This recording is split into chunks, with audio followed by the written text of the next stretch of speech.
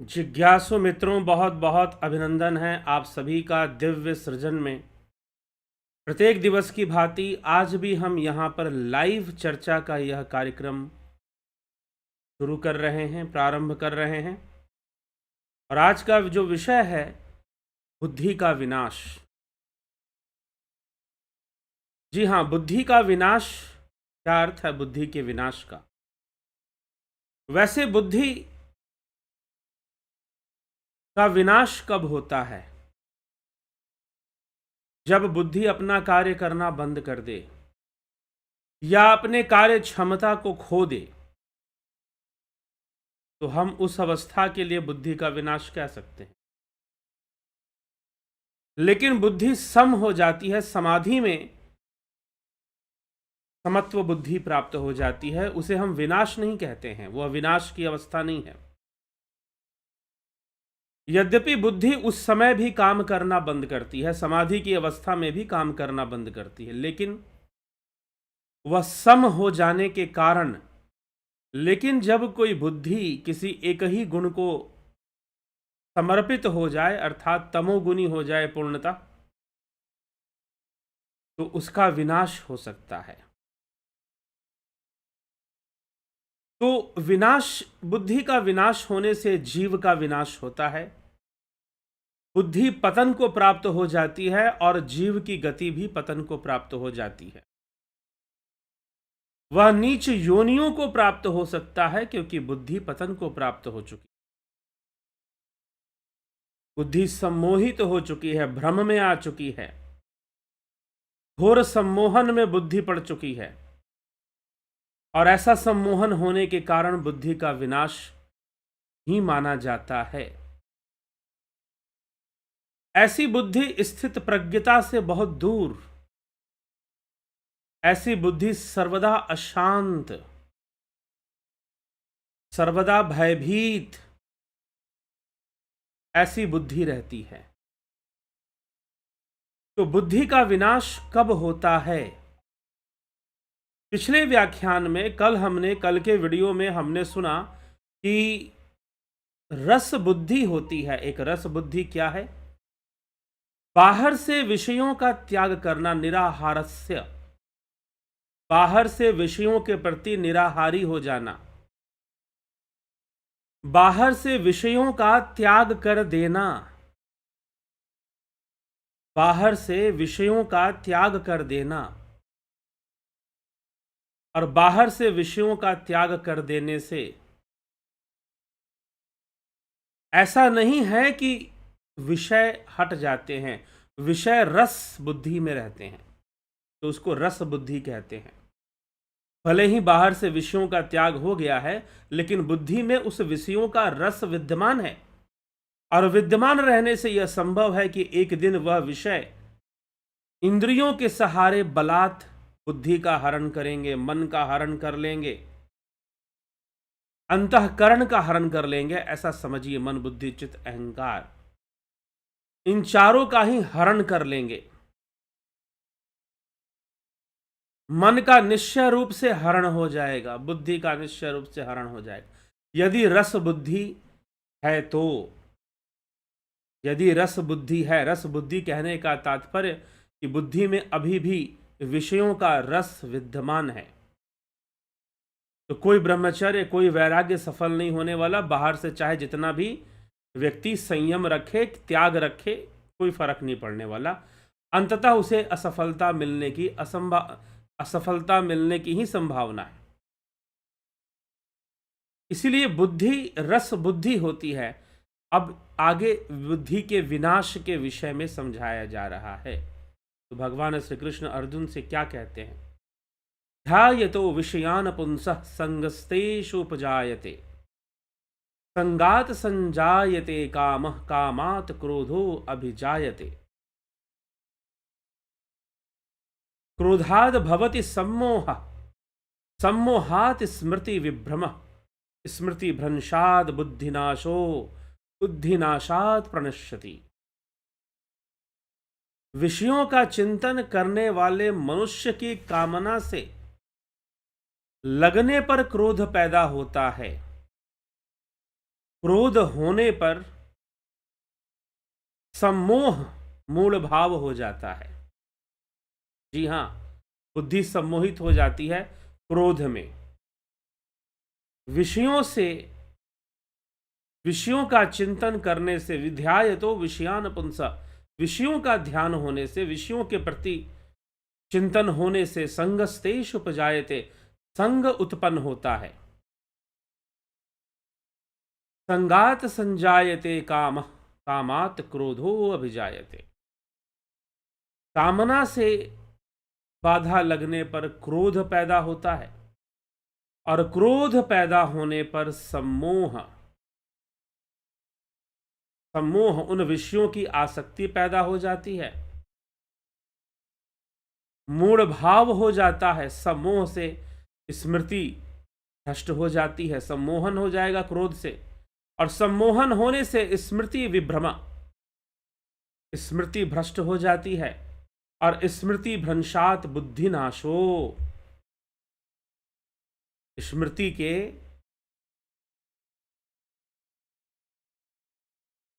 विषयों का चिंतन करने वाले मनुष्य को उन विषयों में आसक्ति पैदा होती है, आसक्ति से कामना पैदा होती है, कामना से क्रोध, और क्रोध से सम्मोहन, सम्मोहन से स्मृति भ्रमित होती है, स्मृति भ्रमित होने से बुद्धि का नाश होता है, और बुद्धि नाशात प्रणश्यति, बुद्धि का नाश होने से जीव का पतन हो जाता है। बुद्धि का नाश होने से जीव का पतन हो जाया करता है, जीव पतन को प्राप्त हो जाता है। तो इस प्रकार से अगर रस बुद्धि रहती है तो यह संभावना है कि पुनः विषयों में थोड़ा सा भी ध्यान गया तो वो विषय इंद्रियों के माध्यम से बलात् जीव का हरण करती हैं, बुद्धि का हरण कर लेती हैं, स्मृति का हरण कर लेती हैं। इसकी संभावना बढ़ जाती है फिर बुद्धि के हरण की, स्मृति के हरण की। इसीलिए इस प्रकार से बुद्धि का नाश होता है। जब सम्मोहन हो जाएगा, जब क्रोध में कोई व्यक्ति सम्मोहित हो जाए, अहंकार में सम्मोहित हो जाए, मोह में सम्मोहित हो जाए, लोभ में सम्मोहित हो जाए, काम में सम्मोहित हो जाए, जब भी सम्मोहन होगा तो बुद्धि का नाश होगा, बुद्धि वहां सही से काम नहीं कर पाएगी, और बुद्धि का नाश होने से मनुष्य का पतन होगा, जीव का पतन होगा निश्चय रूप से। तो बुद्धि के नाश से बचने के लिए, जीव के पतन से बचने के लिए, बुद्धि का नाश ना हो, जीव का पतन ना हो, क्या जरूरी है? आत्मज्ञान जरूरी है, ध्यान योग जरूरी है, सही प्रक्रिया से जुड़ने की आवश्यकता है, सही विधि से जुड़ने की आवश्यकता है। और जब आप सही विधि से जुड़ेंगे, सही प्रक्रिया से जुड़ेंगे तो सही ज्ञान होगा, सही समझ पैदा होगी। अन्यथा विषयों के प्रति सम्मोहन होगा, विषयों का संग होगा, संग से आसक्ति होगी, आसक्ति से कामना होगी, कामना से ना पूरी होने पर क्रोध होगा, क्रोध से सम्मोहन होगा, और सम्मोहन से स्मृति भ्रमित हो जाएगी, और स्मृति के भ्रमित होने से बुद्धि का नाश हो जाएगा। स्मृति भ्रंशाद बुद्धिनाशो, बुद्धिनाशात प्रणश्यति, और बुद्धि का नाश होने से जीव का निश्चय ही पतन हो जाएगा, जीव निश्चय ही पतन को प्राप्त कर जाएगा। इसलिए जीव पतन को प्राप्त न हो, इसके लिए आवश्यक है कि वह आत्मज्ञान की ओर बढ़े, क्योंकि जो रस बुद्धि का निवारण, आप विषयों का त्याग कर सकते हो बाहर से, लेकिन जो रस बुद्धि का निवारण है वह विषय त्याग से नहीं होने वाला, क्योंकि रस, विषय त्यागने के बाद भी बुद्धि में विषय रस बना रहता है। वह कैसे जाएगा? बुद्धि में जो विषय रस बना हुआ है वह कैसे जाएगा? तो वह ध्यान योग से, आत्मज्ञान से ही जाएगा। आत्मज्ञानी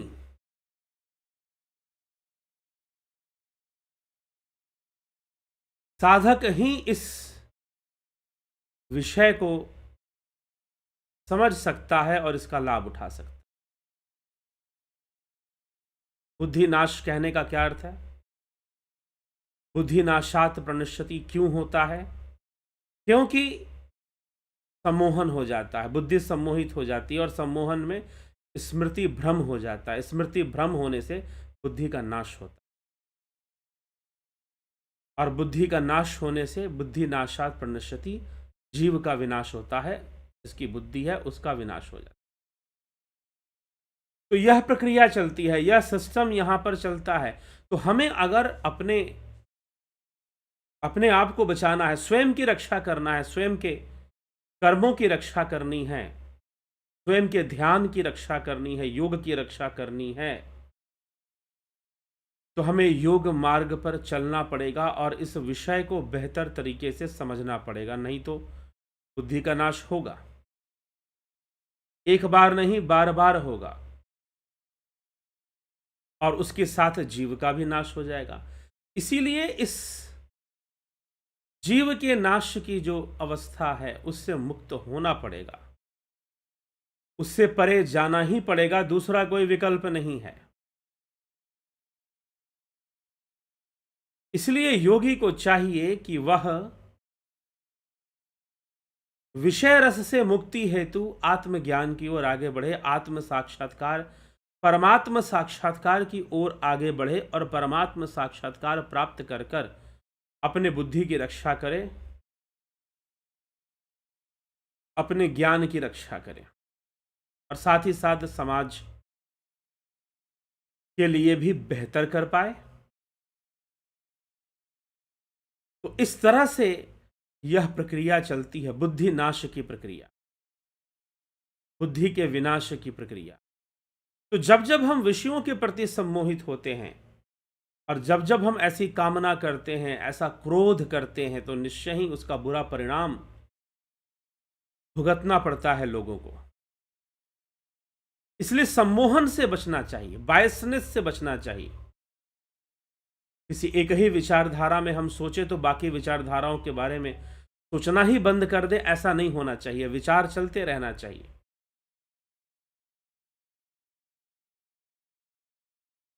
भले ही बुद्धि का जो कार्य है वह सम्मोहित हो जाए, लेकिन फिर भी हमें, अगर हम चिंतन मननशील रहेंगे तो हम समझ जाएंगे भली भांति की बुद्धि का विनाश ही संभव है और इस बुद्धि के विनाश से हमें बचना है।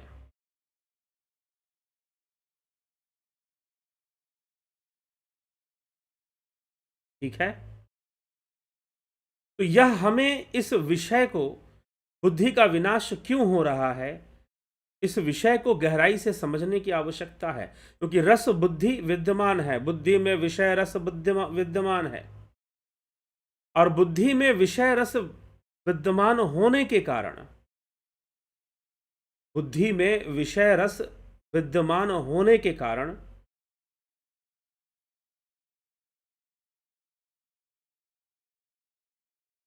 बार बार विषयों में बह जाना यह संभव है जीव के लिए। क्यों बार बार विषयों में बह जाए, और बार बार विषयों में बहेगा तो निश्चय ही अपना पतन कर लेगा। तो एक ऐसी बुद्धि जो समझ सके, जिसके अंदर डिस्क्रिमिनेशन है, डिस्क्रिमिनेशन पावर है, अच्छा विवेक शक्ति है, विवेक ख्याति जरूरत है। इसलिए तत्वज्ञान आवश्यक है। तत्व ज्ञान क्या है? तत्वों का ज्ञान होना। सीधा ब्रह्म ज्ञान के ऊपर मत चले जाइए, सीधा ब्रह्म ज्ञान के ऊपर मत चले जाइए। तत्वों का ज्ञान होना, तत्व मतलब पंचभूत, पंचतन मात्राएं, ज्ञानेन्द्रियां, कर्मेंद्रियां, मन, बुद्धि, चित्त, अहंकार, यह सारी चीजों का ज्ञान। ये 24 तत्व हैं प्रकृति के, यह बंधन पैदा करते हैं और बंधन का ज्ञान होना चाहिए, बंधन की समझ होनी चाहिए कि बंधन कैसे पैदा होता है। यदि योगी इस बात को समझ जाता है, आज किसी व्यक्ति ने फोन कर कर पूछा कि तत्व ज्ञान ब्रह्म ज्ञान में क्या अंतर है। ब्रह्म ज्ञान है आत्मा और ब्रह्म का एकत्व बोध ही ब्रह्म ज्ञान है।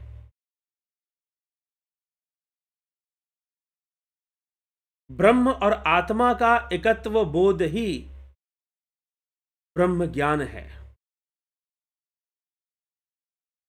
लेकिन तत्व ज्ञान क्या है? सांख्य शास्त्र के अनुसार तत्व ज्ञान की चर्चा होती है, वेदांत शास्त्र के अनुसार ब्रह्म ज्ञान की चर्चा होती है।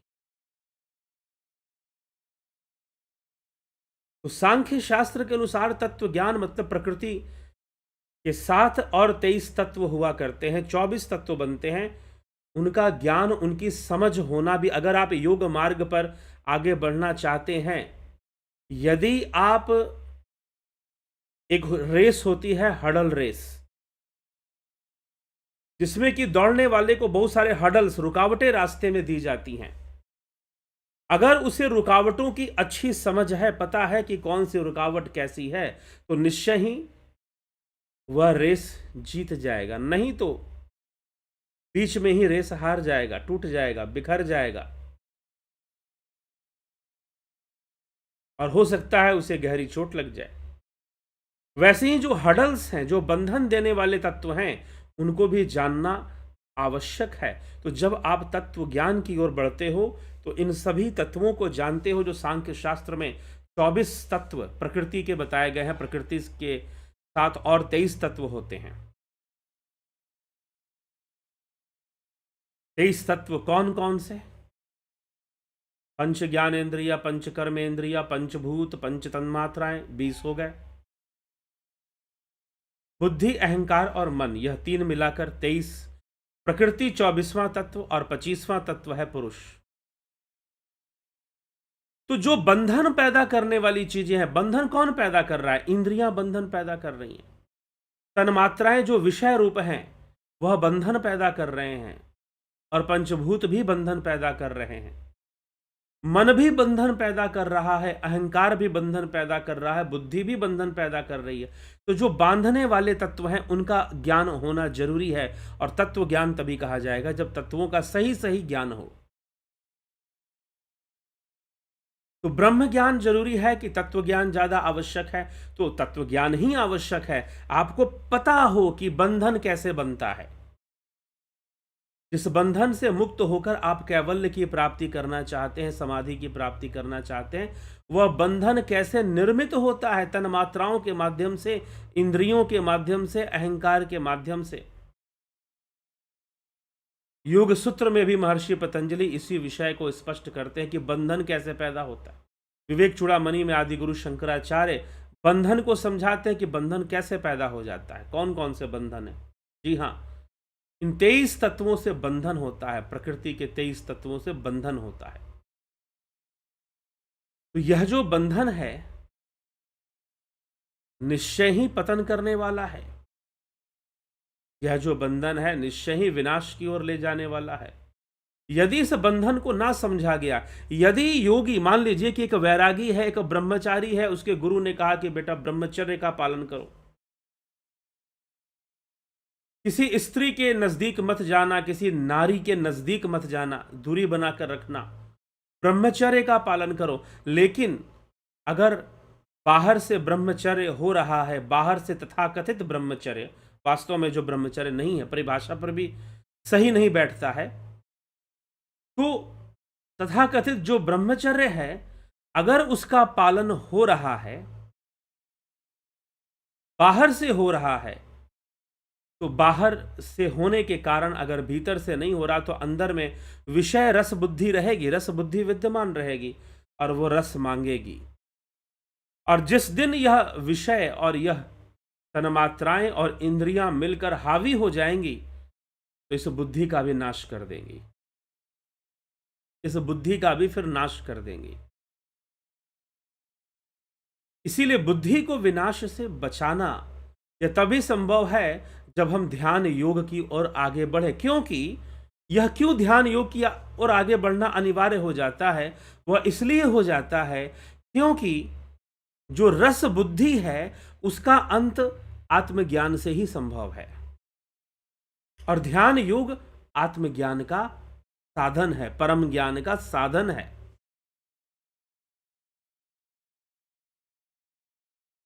तो जब हम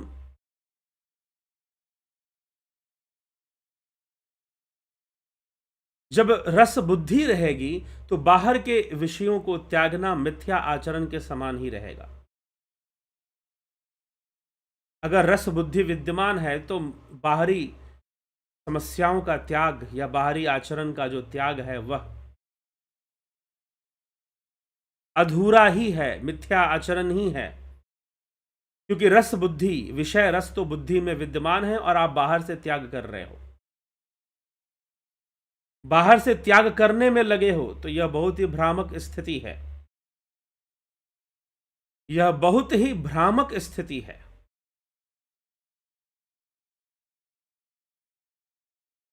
तो इसीलिए रस बुद्धि का नष्ट होना जरूरी है। अगर रस बुद्धि नष्ट हो जाएगी, और रस बुद्धि को नष्ट करने का कोई बाहरी उपाय नहीं है। चलो, विषयों से आप निराहारी हो गए, विषय त्याग हो गया, आप दूरी बनाकर रखते हैं विषयों से, भोजन के मामले में, सुनने और देखने के मामले में आप दूरी बनाकर रखते हैं विषयों से, ठीक है। लेकिन बुद्धि में जो रस बुद्धि है, विषय रस बुद्धि है, उसका निवारण तो अभी भी नहीं हो पा रहा है। वह तो वहीं पर है, वहीं के वहीं पर पड़ी हुई है। तो उसका निवारण फिर कैसे होगा? उसका निवारण ही ध्यान योग से होगा। उसका निवारण ही ध्यान योग से हो पाएगा, यह ध्यान रखना। इसलिए ध्यान योग जरूरी है। नहीं तो समस्याएं कई गुना बढ़ जाएंगी और वो विषय रस बुद्धि का नष्ट नहीं होगा, तो फिर से उस बुद्धि का पतन संभव है, बुद्धि का विनाश फिर से संभव है।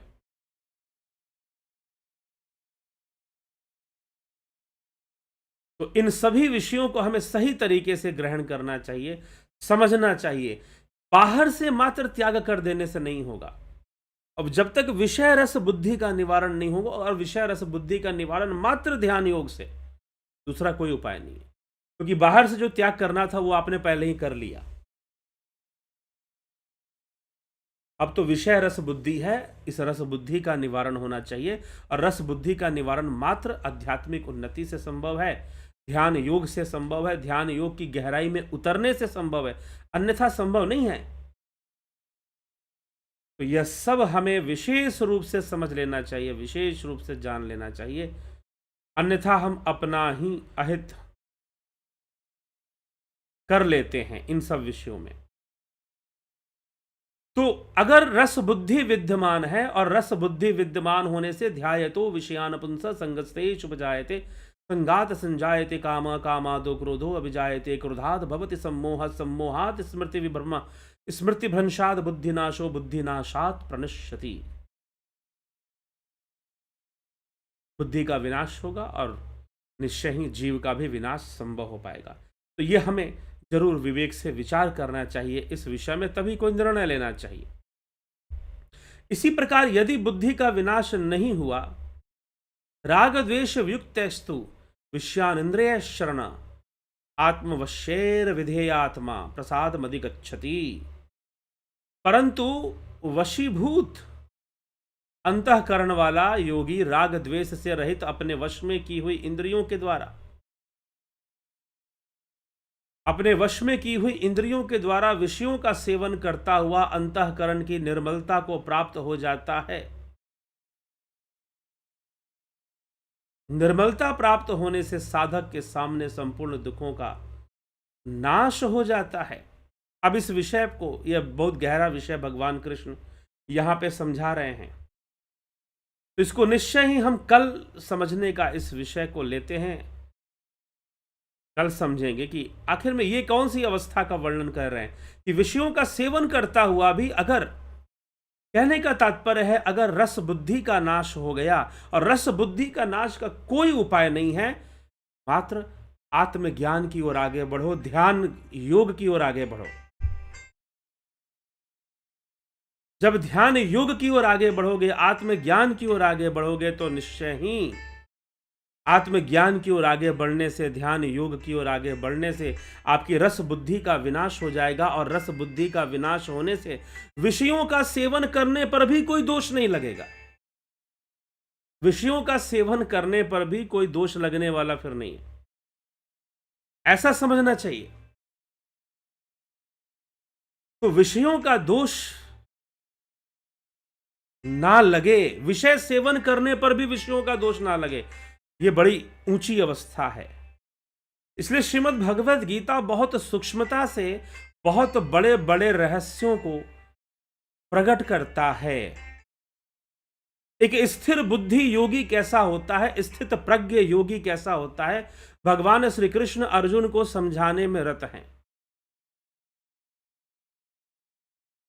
भगवान श्री कृष्ण अर्जुन को समझाने में रत हैं कि एक स्थिर बुद्धि योगी कैसा होता है, स्थित प्रज्ञ योगी कैसा होता है। जी हां, विषय वही चल रहा है जो पहले चल रहा था, लेकिन अब गहराई बढ़ गई है। श्री भगवान ने पहले समझाया कि विषयों का बाहर से त्याग करना और बुद्धि में विषय रस का रहना, यह एक अवस्था। ज्यादातर लोग इसी अवस्था में हैं, जो कहते हैं ना, दावा करते हैं कि हम वैरागी हो गए हैं, जो दावा करते हैं कि हम ब्रह्मचारी हो गए हैं। तो दावा करने वाले ब्रह्मचारी और वह योगी, ऐसा दावा करने वाले ब्रह्मचारी और ऐसा दावा करने वाले योगी जो बाहर से मात्र विषयों का त्याग कर देते हैं, वह विषय रस उनकी बुद्धि में रहता है। लेकिन जो स्थित प्रज्ञ है, जो वास्तव में स्थित प्रज्ञ है, उसकी क्या स्थिति है? जो वास्तव में स्थित प्रज्ञ अवस्था में है, उसका जो रस बुद्धि है, उसके रस बुद्धि का विनाश हो जाता है, उसकी रस बुद्धि नहीं रहती है। बुद्धि से विषय रस चले जाते हैं, भले ही वो बाहर से विषयों को ग्रहण कर रहा हो। तो स्थित प्रज्ञता की अवस्था बनती है। चलिए, इस विषय को हम और बेहतर तरीके से कल हम समझेंगे कि कैसे विषयों का सेवन करने पर भी, विषयों का सेवन करने पर भी उसकी बुद्धि का नाश नहीं होगा। लेकिन दूसरी जगह पर, जहां पर बाहर से तो विषयों का त्याग हो चुका है, लेकिन भीतर में बुद्धि में विषय रस विद्यमान है, और जब विषय रस विद्यमान है तो उसकी बुद्धि का नाश बलात्पूर्वक, बलपूर्वक इंद्रियां उसकी बुद्धि का हरण कर लेती हैं, सम्मोहित कर लेती हैं। बहुत गूढ़ रहस्य है। अध्यात्म, श्री कृष्ण, श्रीमद् भगवत गीता ऐसे ही महान नहीं है। श्रीमद् भगवत गीता बहुत मनुष्य मन की बहुत सूक्ष्मता से, मनुष्य मन की जो कहानी है, ये सब मन की कहानी है भगवत गीता में। श्रीमद् भगवत गीता मनुष्य मन की सूक्ष्म से सूक्ष्म अवस्था को प्रकट कर रही है और बिल्कुल प्रैक्टिकल बात बता रही है। आईना दिखाती है, आईना, शीशा देख लो, कहां पर खड़े हो, सही में ब्रह्मचारी हो या नकली में ब्रह्मचारी हो, सही में योगी हो या नकली में योगी हो, आईना दिखाती है।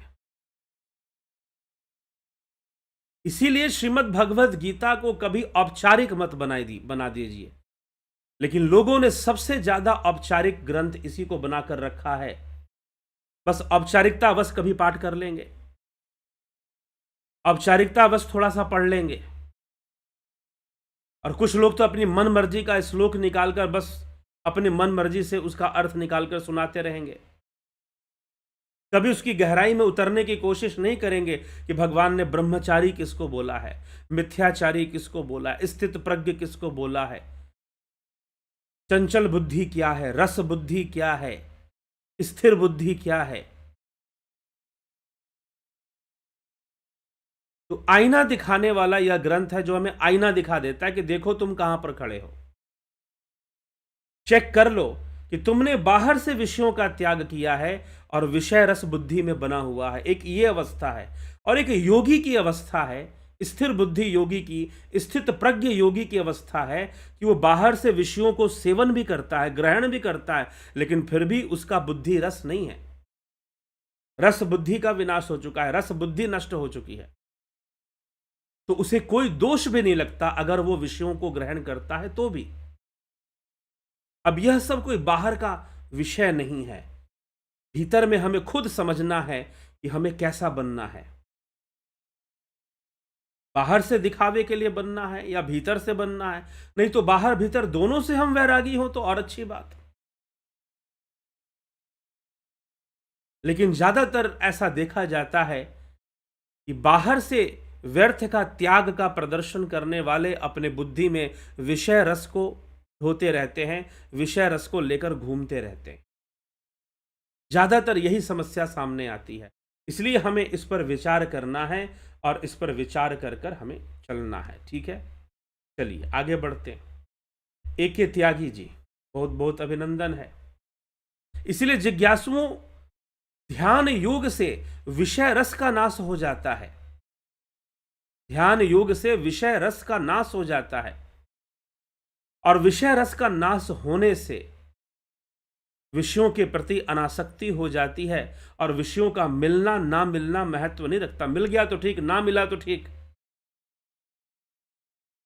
योगी उससे व्यथित नहीं होता, चिंतित नहीं होता कि मुझे रस मिला कि नहीं मिला। लेकिन बाहर से त्याग कर देने पर भी जब मन में बना रहेगा, जब बुद्धि में बनी रहेगी तो समस्या आएगी और उस विषय रस बुद्धि का, बुद्धि में जो विषय रस बना हुआ है उसका त्याग नहीं हो सकता। आप उसे छोड़ नहीं सकते, आप उसे निकाल के बाहर नहीं कर सकते। उसका एक ही उपाय है कि आप ध्यान योग करिए, आप साधना करिए। योग करेंगे तो धीरे धीरे अपने आप उस अवस्था से आप ऊपर उठ जाएंगे। इसलिए ध्यान योग नितांत आवश्यक है। इसी का demo class, free demo class 14 तारीख को 6:30 बजे, उसका लिंक मैंने शेयर किया है आप लोगों से। आप जरूर उसको, लिंक को कॉपी कर कर आप उसको ज्वाइन कर सकते हैं। ठीक,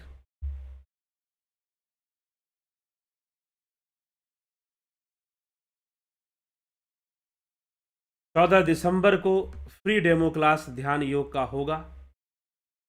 आप सब इसको, जिन लोगों ने ध्यान योग नहीं किया है विशेष रूप से उन्हीं के लिए है, क्योंकि इसमें ऐसा कुछ भी नहीं बताया जाएगा नया जो ध्यान योग कोर्स कर चुके हैं उनके लिए हो। तो उनके लिए समय की व्यर्थ बर्बादी की तरह हो जाएगा, या उन्हीं के लिए है जिन्होंने ध्यान योग का कोर्स अभी तक नहीं किया है और करना चाहते हैं, या नहीं भी करना चाहते, जानना चाहते कि भाई कैसे होता है, क्या होता है, तो वह इस फ्री डेमो क्लास को ज्वाइन कर सकते हैं। 14 दिसंबर को, आज से 3-4 दिन बाद, आज 11 है, 14 तारीख को बुधवार को यह 6:30 बजे यह क्लास चलेगी, जानने के लिए कि ध्यान योग का कोर्स कैसे चलता है उसके बारे में बताने के लिए। ठीक है, तो चलिए देखते हैं आपके कमेंट्स, आपकी टिप्पणियाँ। एके त्यागी जी, नवजोत नाथ जी, प्रथमेश जी, अवधेश कुमार जी, शिखर शर्मा जी, जगत नारायण जी, घनश्याम सरोदे जी, अर्जन भाई चौहान, अमन कक्कर, दीपक गोयल, सोमनाथ शिंदे, राकेश गुप्ता, विनोद कुमार सूद, काशीनाथ जी। जीवन के लिए बहुत ज्ञानवर्धक जानकारी प्राप्त हो रही है जी। संतोष कुमार जी, अबनी प्रधान जी, रूपलाल विश्वकर्मा जी, गोविंद प्रसाद नीमा जी, राम निवास जी, व्यास सिंह जी, कन्हाई कुमार जी, राम विलास जी, अनिल कुमार, ओम राज हेम्ब्रॉम, प्रभुदत्त शर्मा जी, भीखू कुचाडिया जी, विनोद कुमार शर्मा, बिसलाल बहादुर सिंह जी, कमलेश खैरनर, रतन सिंह, उषा श्रीवास्तवा, योगेंद्र पंडित, रूपलाल विश्वकर्मा, ओम तत्सत, दयानंद जी, बबीता धीमान जी, नूतन भट्ट जी, राम लखन राजपूत जी, रूपलाल विश्वकर्मा जी। वेदों में जब ईश्वर की चर्चा है तो फिर जैमिनी ऋषि मीमांसा शास्त्र में ईश्वर की चर्चा क्यों नहीं करते? क्योंकि उसका नाम ही मीमांसा है।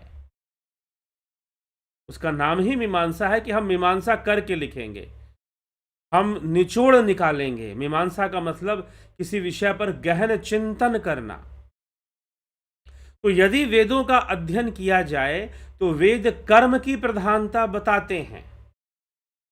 क्या बतलाते हैं? कर्म की प्रधानता बतलाते हैं, और कर्म की प्रधानता बतलाने के कारण वह देवताओं को उससे जोड़ते हैं और देवताओं को ईश्वर का प्रतिनिधि बताते हैं। देवताओं को ईश्वर का प्रतिनिधि बताते हैं, ऐसा भी वर्णन वेदों में मिलता है। अब देवता क्या है? यह प्रकृति ही है, प्रकृति की ही शक्तियां हैं। खुद वेदों में जो देवताओं का विभाजन है पृथ्वी, अंतरिक्ष और आकाश के बीच किया गया है। कुछ आकाशीय देवता होते हैं, कुछ अंतरिक्षीय देवता होते हैं, जैसे वायु आदि देव अंतरिक्षीय हैं, सूर्य आकाशीय देव है, और कुछ पृथ्वी के देवता हैं, जैसे अग्नि है, जल है, पृथ्वी स्वयं है, वनस्पति है, औषधि है। ठीक, तो इस प्रकार से ये अंतरिक्षीय देवता और आकाशीय देवता, तो प्रकृति की शक्तियों को ही वेदों में देवता बताया गया है। और देवता कई रूप में, जो हमें जीवन दान देने वाले हैं, जीवन को आगे बढ़ाने वाले हैं, उन सब को तो ईश्वर का प्रतिनिधि माना गया है, उनको, देवताओं को। और फिर जो भी होगा वो कर्म सिद्धांत से होगा। यह ईश्वर का विधान माना गया है कि कर्म सिद्धांत से होगा। तो जब कर्म सिद्धांत से ही सब होना है, तो फिर ईश्वर की मान्यता मीमांसा इसीलिए स्वीकार नहीं करती है। यह चिंतन का विषय है, यह चिंतन का विषय है। जब वेद सब कुछ विकसित मानते हैं, तो सांख्य भी कहता है कि भाई इसका मतलब किसी ने बनाया नहीं है, किसी के द्वारा निर्मित नहीं है, किसी के द्वारा बनाया नहीं गया है, फिर इसका मतलब यह मानना पड़ेगा। और जब कर्मों की सत्ता, मात्र कर्मों से ही सुख दुख आना है, ईश्वर अगर है भी तो कोई हस्तक्षेप नहीं कर रहा। तो इसीलिए मीमांसा यह मानती है कि कर्म सिद्धांत में किसी का हस्तक्षेप नहीं है, ना देवताओं का और ना ही ईश्वर का। तो जहां कर्मों की सत्ता का वर्णन है कि कर्मों का फल आपको मिलेगा, जैसी करनी वैसी भरनी, इसमें ना ईश्वर आकर कुछ करेगा ना देवता आकर कुछ करेंगे। हाँ, देवताओं को दिया हुआ दान, देवताओं को किया हुआ यजन, यह सब पुण्य कर्म है। इस पुण्य से परलोक सुधरेगा, इस पुण्य से कर्मों का फल अच्छा होगा, शुभ फल की प्राप्ति होगी। और जब शुभ फल की प्राप्ति होगी तो जीवन में सुख आएगा, संपन्नता आएगी। नहीं तो पाप कर्मों के फल के रूप में जीवन में दरिद्रता आएगी और दुख आएगा, अपयश आएगा। पुण्य कर्मों के फल के रूप में यश आएगा और सुख आएगा। तो ऐसा दावा मीमांसा शास्त्र का है। तो मीमांसा के अनुकूल कर्मों की सत्ता सर्वोपरि हो जाती है। इसीलिए वो कर्म करने की कला सिखाते हैं, कर्मकांड सिद्धांत देकर। कर्मकांड सिद्धांत से पंचकर्म सिद्धांत उसके अंतर्गत आ जाता है। नित्य, निमित्त, काम्य, निषिद्ध और प्रायश्चित कर्म, ये पंचकर्म सिद्धांत है। तो इसके अंतर्गत जीव को कर्म करना चाहिए, इसी ढंग से कर्म करना चाहिए। अगर वो ऐसे कर्म करेगा तो निश्चय ही पाप कर्मों से बचेगा, अपनी रक्षा कर पाएगा, बुरे कर्मों से अपने आप को बचा पाएगा, बुराई से बचा पाएगा। इस उद्देश्य से मीमांसा ने इस विषय पर कर्म के सिद्धांत को समझाने के लिए, कर्म सिद्धांत को बाहर निकालने के लिए संसार के पक्ष में, इसलिए अब जैसे कि अद्वैत के अनुसार संसार मिथ्या है, बौद्ध विचारधारा में विज्ञानवाद, शून्यवाद के अनुसार संसार मिथ्या है, लेकिन मीमांसा के अनुसार संसार सत्य है, कर्म भी सत्य है। जो संसार है वह मिथ्या नहीं है, वह सत्य है। मीमांसा के अनुसार कर्म भी सत्य है।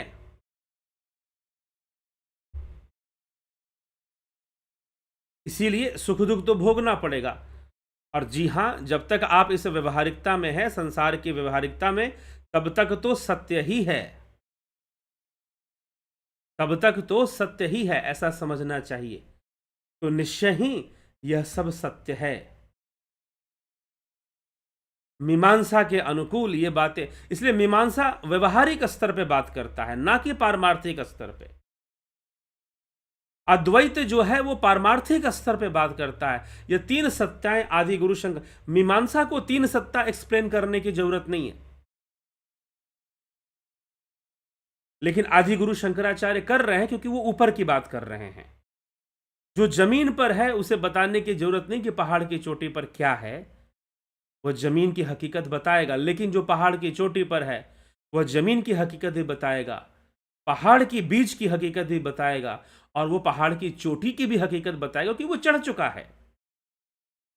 इसलिए मीमांसा व्यवहारिक सत्ता की बात करती है, और व्यवहारिक सत्ता में आदि गुरु शंकराचार्य ने त्रिसत्ता सिद्धांत को जब दिया, व्यवहारिक सत्ता, प्रतिभासित सत्ता और पारमार्थिक सत्ता, तो व्यवहारिक सत्ता में आदि गुरु शंकराचार्य ने भी कर्म सिद्धांत को स्वीकार किया,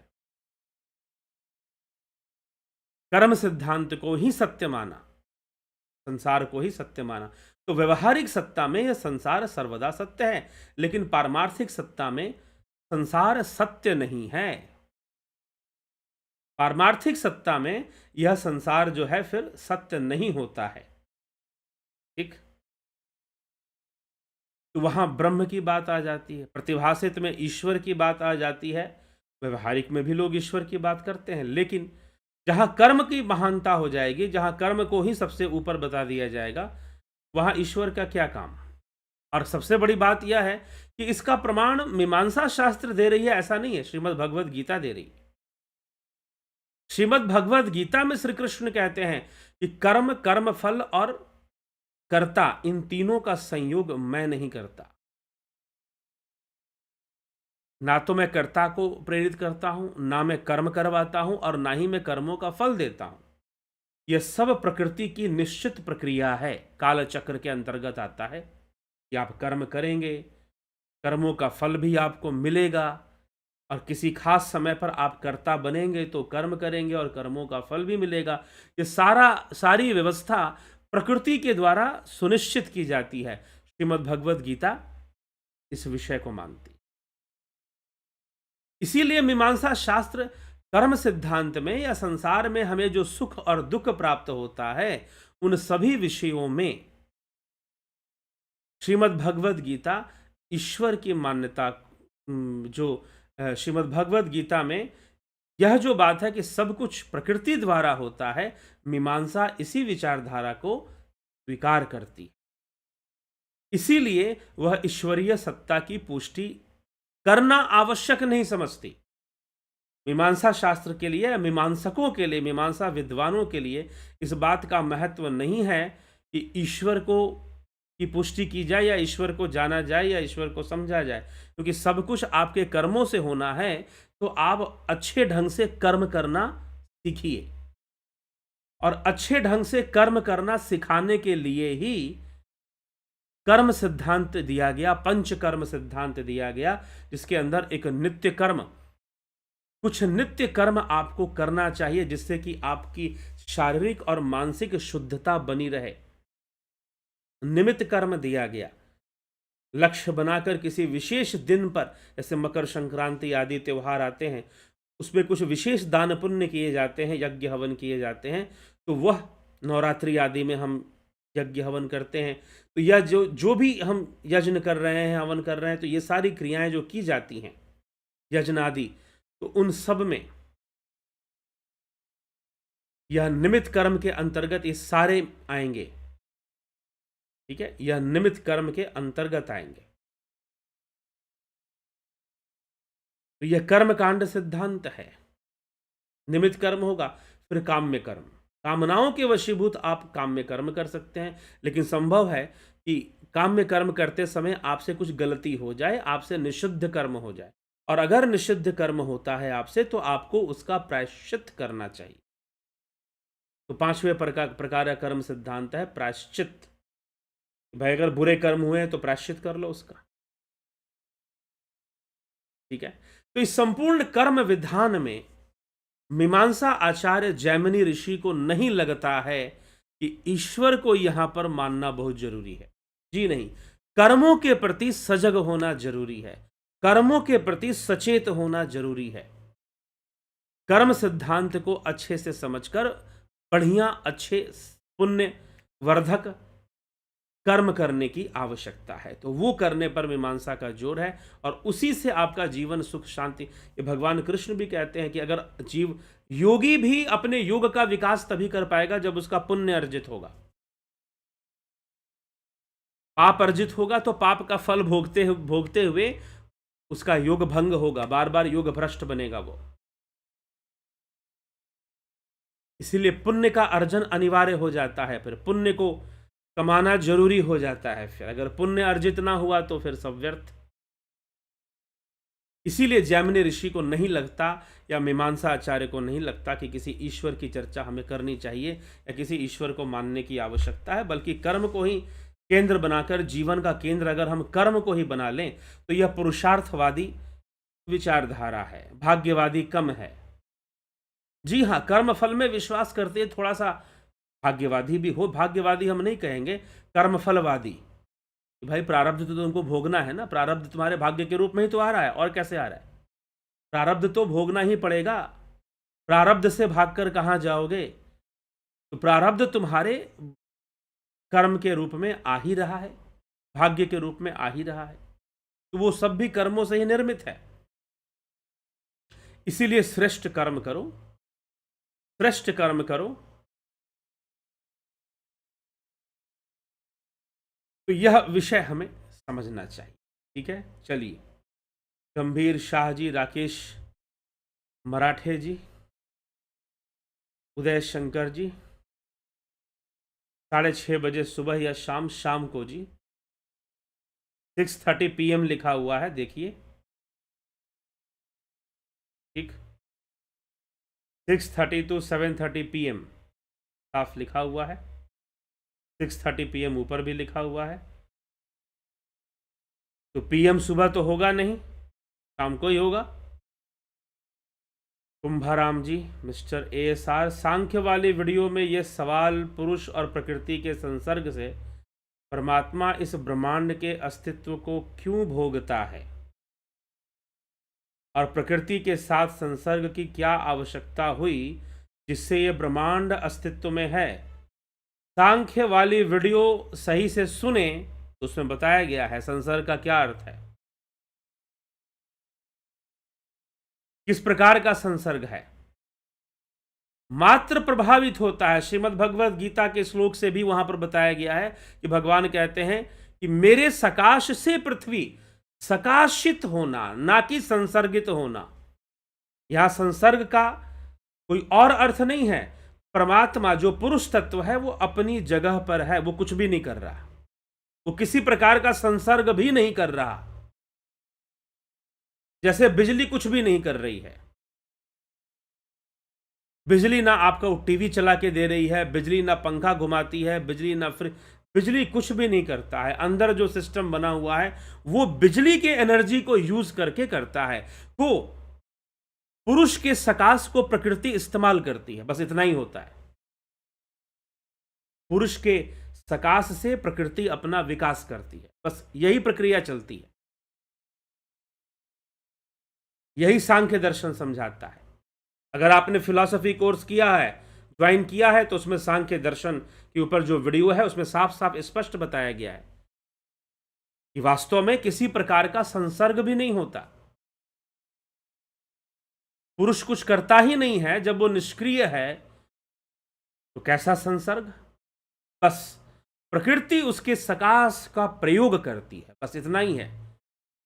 जैसे बिजली के अंदर जो मैग्नेटिक फील्ड क्रिएट होता है करंट में, इलेक्ट्रिसिटी में, पंखे के कॉइल में, वो पंखे को घुमा देता है बस, और आपको हवा मिलनी शुरू हो जाती। बिजली की अपनी प्रकृति है, उस प्रकृति को आपने इस्तेमाल कर लिया, यूज कर लिया कि करंट जो है वह मैग्नेटिक फील्ड अपने चारों तरफ क्रिएट करेगा और उसके कारण आप बहुत सारे मशीन बना रहे हैं, बहुत सारी चीजें बना रहे हैं बिजली का प्रयोग करते हुए। क्या बिजली कोई काम नहीं कर रहा? सत्य तो यह है। वैसे ही वह पुरुष कुछ भी नहीं कर रहा है, वह भोक्ता बनता है।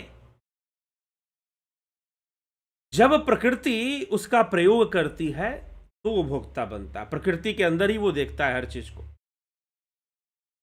लेकिन जैसे ही ये बात समझ में आ जाएगा, प्रकृति का सारा खेल उसको समझ में आ जाता है, अब यहां पर जीव अवस्था बन जाती है। पुरुष की जीव अवस्था बन जाती है, और वहां पर जब वो जीव अवस्था में सारी चीजों को देख समझ लेता है तो अपने आप इस प्रकृति से अलग भी हो जाता है। फिर अलग होने की प्रक्रिया शुरू हो जाती है, फिर सेपरेट होने की प्रक्रिया शुरू हो जाती है। जिस समय समझ लो आपके मन में आ जाए, मैं बता रहा हूं कब आपका पुरुष तत्व वृद्धि करता है, कब अलग होने की प्रक्रिया होती है, जिस समय आपके मन में अंदर से एक आवाज आ जाए, अरे बहुत भोगों को भोग लिया, भोग तो लिया और कितना भोगेंगे, स्वादिष्ट स्वादिष्ट व्यंजन बहुत कर लिया, अब कितना करेंगे, कितना खाएंगे, कितना भोगों को भोगेंगे, अरे अब नहीं, बस अब शांति चाहिए। समझ लीजिए आपके अंदर पुरुष तत्व का विकास हो रहा है। आप प्रकृति के त्रिगुणी भेद से निकलना चाहते हैं और ये भावना आती है। अगर आप देखिए, अगर आप सही मायनों में ईमानदारी से योग मार्ग पर तभी चल पाएंगे जब ऐसी सच्ची भावना है। जबरदस्ती महात्मा बनने से नहीं हो जाता, जबरदस्ती का योगी बनने से कुछ नहीं हो जाता, जबरदस्ती का त्याग और ब्रह्मचर्य से भी कुछ नहीं होता। जब तक प्राकृतिक रूप से मन में ऐसी भावना प्रकट हो, क्या हो, अरे कितना भोगों को भोगेंगे भाई, अब नहीं भोगना।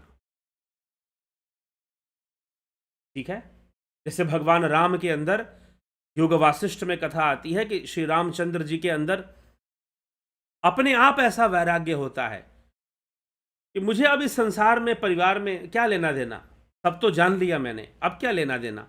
तब गुरु वशिष्ठ उनको उपदेश करते हैं और समझाते हैं कि नहीं, क्योंकि तुम्हारे माध्यम से बहुत बड़े बड़े कर्म होने हैं, इसीलिए वैरागी होकर कर्म। और कृष्ण भी अर्जुन को यही बात यहां समझाने में लगे हुए हैं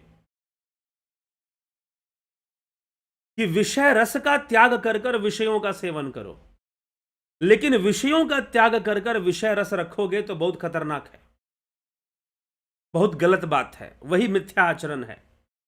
उसी को मिथ्याचारी बोलते हैं, जो बुद्धि में विषय रस को रखा रहता है और बाहर से त्याग करके बैठा हुआ है। जैसे कि एक एग्जाम्पल हमने स्वामी राम तीर्थ के जीवन से देखा, एक मीराबाई के जीवन से, कि भक्तिमय मीराबाई वृंदावन में किसी मंदिर में पहुंची, वहां के पुजारी ने कहा कि मैं स्त्रियों को प्रवेश नहीं देता हूं। क्यों नहीं देता हूं? क्योंकि मैं किसी स्त्री को आंखों से देखूंगा नहीं, ये मैंने प्रतिज्ञा ले ली। इसका मतलब क्या है? बाहर से विषय का त्याग है, भीतर में विषय रस बना हुआ है। बाहर से विषयों का त्याग है और भीतर में विषय रस बना हुआ है, इसका मतलब तो यही हुआ ना। फिर भगवान कहते हैं कि नहीं, विषय रस का अंदर से त्याग कर दो और बाहर से विषयों को ग्रहण कर लो, कोई दोष तुम्हें नहीं लगेगा।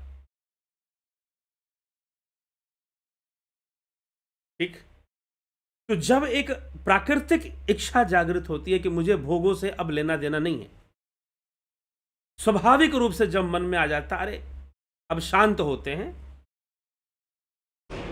अब उस चेतना की ओर चलते हैं, बहुत भोग हो गया, कई जन्मों में हम भोगी तो भोगते आए हैं, हर जन्म में संतान की उत्पत्ति करना, हर जन्म में खाना पीना, या शरीर के बंधन के कारण ये सारी चीजें, आहार निद्रा भय मैथुन चलता रहता है, आहार निद्रा भय मैथुन चलता रहता है। और जब वह पुरुष तत्व इस भोक्ता अवस्था से बाहर निकलने लग जाता है तो मोक्ष की यात्रा शुरू हो जाती है। तो वह जीवत्व की अवस्था में ऐसा बनता है। यद्यपि जीव वर्णन सांख्य का विषय नहीं है, इस कारण से वह सीधा यह कहता है कि पुरुष भोक्ता है, वास्तव में जीव है। भोक्ता रूप में वह पुरुष और इंद्रियां मिलकर जीव बनता है, लेकिन जीव की व्याख्या सांख्य में ना मिलकर वेदांत में मिलती है। इसलिए वेदांत का नाम वेदांत क्यों है? अर्थात वो सबका निचोड़ लेकर हमारे सामने प्रस्तुत होता। ठीक, तो इसीलिए जो लोग फिलॉसफी कोर्स कर रहे हैं, वेदांत दर्शन की चर्चा अंत में प्राप्त होगी सबसे।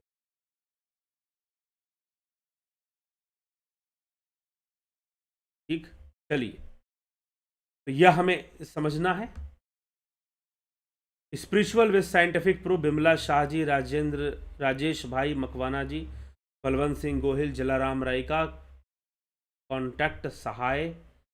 बुद्धि नाश की स्थिति से कैसे बचा जाए? बुद्धि नाश की स्थिति से ध्यान योग के माध्यम से ही बच सकते हैं, आत्मज्ञान से ही बच सकते हैं। दूसरा कोई साधन नहीं है बुद्धि नाश से बचने का, आत्मज्ञान से ही बच सकते हैं, ध्यान योग से ही बच सकते हैं बुद्धि नाश से।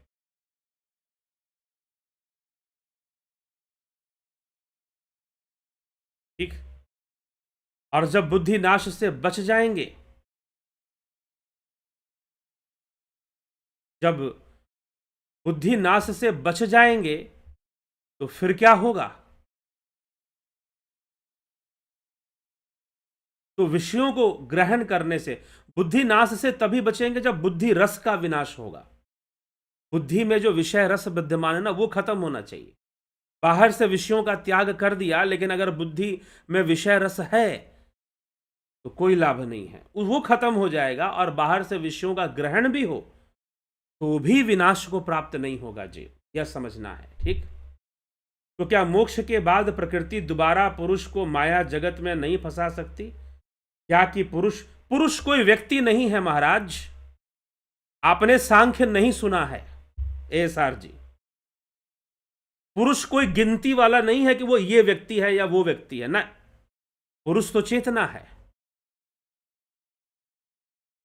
आपका प्रश्न, इसीलिए ध्यान योग प्रैक्टिकल में साधना बहुत जरूरी होता है आध्यात्मिक विषयों को समझने के लिए। या तो आप ये कहिए कि पुरुष हमेशा ही फंसा हुआ है, पुरुष को फंसा लेगी। पुरुष को आपने व्यक्ति बना दिया यहां पर। एक पुरुष कोई व्यक्ति नहीं है, पुरुष चेतना है। आपके अंदर विद्यमान चेतना ही पुरुष है। आपने इस प्रश्न से, जैसे किसी व्यक्ति को हम ट्रैप कर लेते हैं, उलझा देते हैं, उसकी बुद्धि को भ्रमित कर देते हैं। पुरुष के पास कोई बुद्धि उद्धि नहीं है, ये बुद्धि तत्व प्रकृति का है। उसके फंसने और नहीं फंसने का भी कोई मतलब नहीं, वो सर्वदा मुक्त भी है, यह भी जान लीजिए।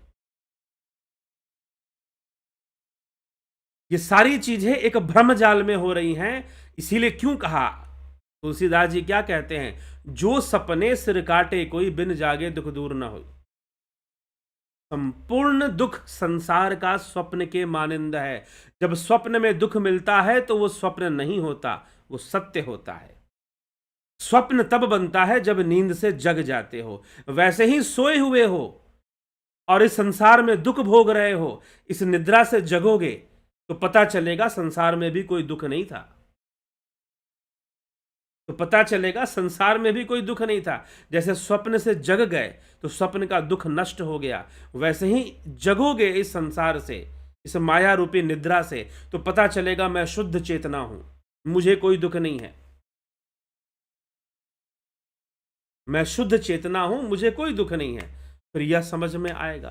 और फिर चेतना में ही जब लीन हो जाओगे, समता आ जाएगी, तो वहां पर यह बताने के लिए भी नहीं रहेगा कि कौन सुखी कौन दुखी, यह बताने के लिए भी फिर कोई नहीं रहेगा। ठीक है। तो बात वैसे ही हो जाती है, बात वैसे ही हो जाती है जैसे कि एक छोटा सा बच्चा, 3-4 साल का बच्चा बड़े लोगों के बारे में कुछ बात सोचे कि भाई बड़े लोग शादी ब्याह करते हैं, कैसे क्या होता है, वो क्या सोच पाएगा? वो तो जो कार्टून देखता है, जो खिलौनों से खेलता है, उसी के अनुसार सारी बातें सोचेगा। तो वैसे ही इस बद्ध बुद्धि में व्यक्ति वैसे ही सोचता है कि भाई उसको फिर से फंसा लिया तो। ठीक है, ये वैसे ही विचारधारा हो गई जैसे खिलौनों से खेलने वाला बच्चा सोच रहा हो, वो खिलौनों के लेवल पे ही सोच रहा है। ठीक। तो पुरुष तो सर्वव्यापी चेतना है, और जैसे ही वो मुक्त हो जाएगा सर्वव्यापी हो जाएगा। जैसे ही हम मोक्ष को प्राप्त करेंगे, सर्वव्यापकता का अनुभव कर लेंगे कि हमारी चेतना सर्वव्यापी है। और जैसे ही सर्वव्यापकता का अनुभव हो जाएगा, तो वहां पर तो पुरुष फिर क्या फंसेगा, नहीं फंस पाएगा फिर। ठीक है, ये चीज है। हां, पुरुष का अंश लेकर प्रकृति जीवों का निर्माण करती रहती है। पुरुष का सकाश लेकर प्रकृति जो है सर्वदा जीवों का, नए नए जीवों का निर्माण करती रहती है। लेकिन जो मोक्ष को प्राप्त हो गया, उस जीव की पुनरावृत्ति नहीं होती। यही तो भगवान कहते हैं कि तू मेरे परम धाम को प्राप्त करने के बाद जहां से आना जाना नहीं होता। तो जो जीव, जो पुरुष मोक्ष को प्राप्त कर गया, उसकी पुनरावृत्ति नहीं होती, लेकिन जीव जो है पुरुष के सकाश से नई सृष्टि निरंतर करती ही रहती है, नए नए जीवों को निर्मित करती ही रहती है। जैसे सागर नए नए लहरों को पैदा करता ही रहता है, जैसे समंदर नए नए लहरों को पैदा करता रहता है, वैसे प्रकृति भी करती रहती है। प्रकृति भी नए नए जीवों को उत्पन्न करती रहेगी, हमेशा लगी रहेगी इस कार्य में। ठीक है, तो यह व्यवस्था चलती रहती है। लेकिन जो मुक्त हो गया वो मुक्त हो गया। जो लहर उठी, उठकर गिरी और फिर जाकर समुद्र में समा गई, जो समा गई वो समा गई, गई काम से। अब जो लहर बनेगी, जो लहर उठेगी, वो नई लहर होगी। समझ रहे हैं? अब जो लहर उठेगी, अगर आपको सांसारिक उदाहरण से ही समझना है, क्योंकि आपका जो कमेंट है वो सांसारिक स्तर पर है कि प्रकृति फिर से पुरुष को फंसा लेगी। ठीक है, तो सांसारिक स्तर पर बिल्कुल उस स्तर पे आप सोच रहे हैं जहां पर संसार में कोई एक दूसरे को फंसा लिया करता है। ठीक है, लेकिन समंदर का उदाहरण लीजिए, समझिए। सागर से लहरें उठती हैं, गिरती हैं और फिर सागर में समा जाती हैं। जो समा गई वो दोबारा नहीं उठती। दोबारा कौन उठता है? जो समा गई वो दोबारा नहीं उठती, बल्कि जो नई लहरें बनेंगी वो नई ही होंगी। तो प्रकृति पुरुष के सकाश से निरंतर सृष्टि करती रहती है, नए नए लहरों को पैदा करती रहती है, नए नए जीवों को निर्मित करती रहेगी वो।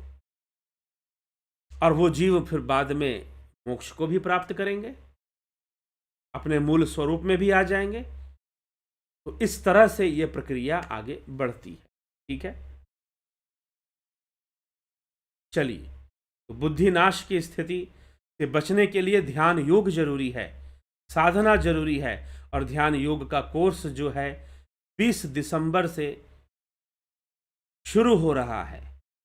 आप जरूर इससे लाभान्वित हों। साथ ही प्राकृतिक चिकित्सा का भी कोर्स भी 20 दिसंबर से शुरू हो रहा है, इससे भी आप जरूर लाभान्वित हों और इसका पूरा लाभ उठाएं। इन कोर्सेज को कैसे करना है, कैसे ज्वाइन करना है, आप संपर्क करेंगे 9661802459 पर संपर्क कर आप डिटेल्स मांग लेंगे। डिटेल्स ले लेंगे और डिटेल्स लेकर आप जो है इसके बारे में जानकारी प्राप्त कर लेंगे और इसका लाभ आप उठा सकते हैं ज्वाइन कर। तो 20 तारीख के पूर्व आपको ज्वाइन करना होगा। ठीक है, तो चलिए इसी के साथ हम विराम देंगे आज के कार्यक्रम को। कल फिर मिलते हैं 9 PM लाइव चर्चा में। बहुत बहुत आभार आप सभी का।